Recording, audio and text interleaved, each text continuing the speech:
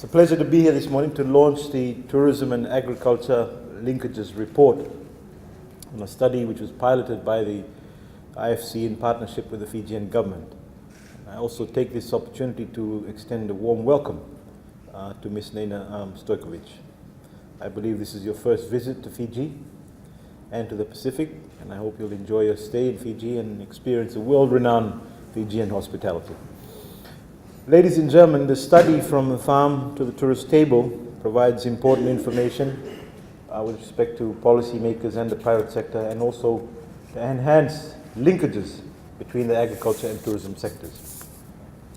The report actually shows the percentage of agro-based produce hotels in Fiji import, and in comparison to what is sourced locally. It also identifies the opportunities that are available for hotels to actually source locally.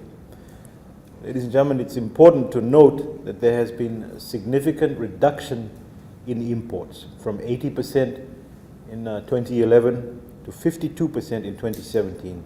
And it is encouraging to note that 48% of the fresh produce needs of a hotel are actually sourced locally.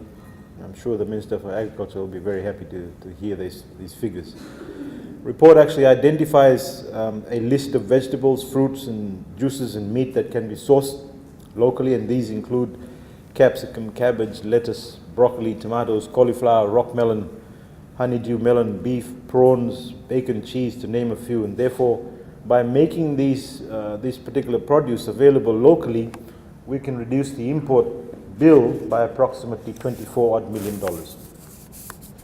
To achieve this feat and address broader issues of sustainability and strengthening linkages and creating closer synergies between the tourism sector and agriculture sector is imperative. In this regard, the Fijian government is fully committed to assisting both the large-scale commercial farmers and the micro and small and medium enterprise farmers in growing their businesses to cater for this particular specific market. And now, as set out in our Fiji's 5-year and 20-year development plan, the Fijian government will continue to implement policies that strengthen the linkages and the synergies between the agriculture and tourism sectors. This will in turn contribute to a more competitive and a quality and a sustainable local industry. The NDP is complemented by the Fijian 2020 Agriculture Sector Policy Agenda, which focuses on maximizing opportunities presented by the domestic market, in particular the supply of agricultural produce to the tourism industry. Now, to ensure policy coherence, the strategic priority areas are emanating from the Fijian Tourism 2021, the Tourism Development Plan, and also aligns to the NDP. And the FT 2021 focuses on capitalizing on the existing synergies between agriculture and tourism in rewarding tourism operators who actually source Fijian-made and Fijian-grown products and services. And this ultimately leads to the improved linkages to the local supply chains, ensuring higher retention of the tourist dollar in the local economy.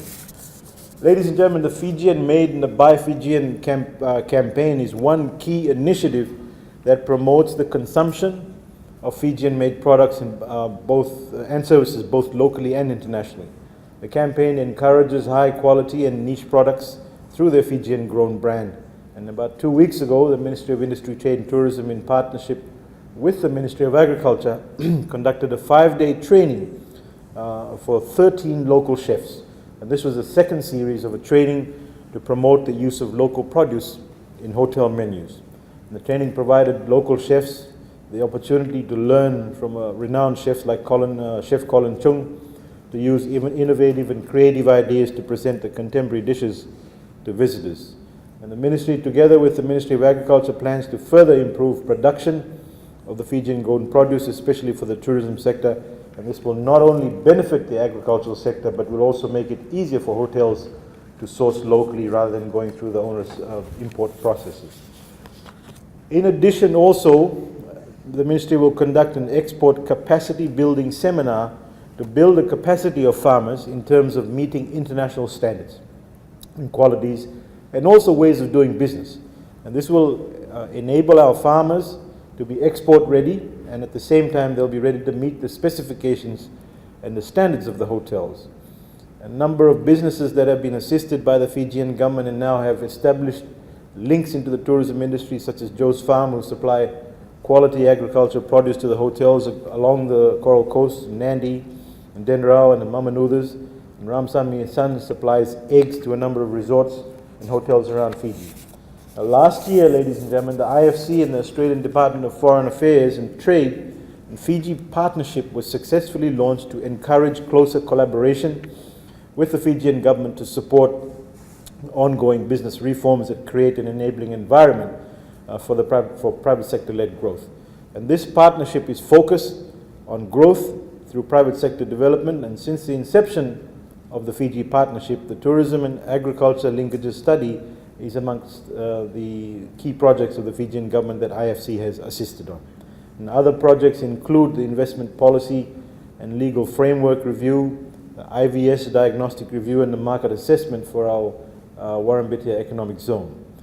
Therefore, ladies and gentlemen, we see an opportunity with the IFC in the area of capacity building for farmers and market access intelligence, and working on developing applications that provide hotels information on the availability of supplies. Ladies and gentlemen, today's launch is also significant for achieving another milestone.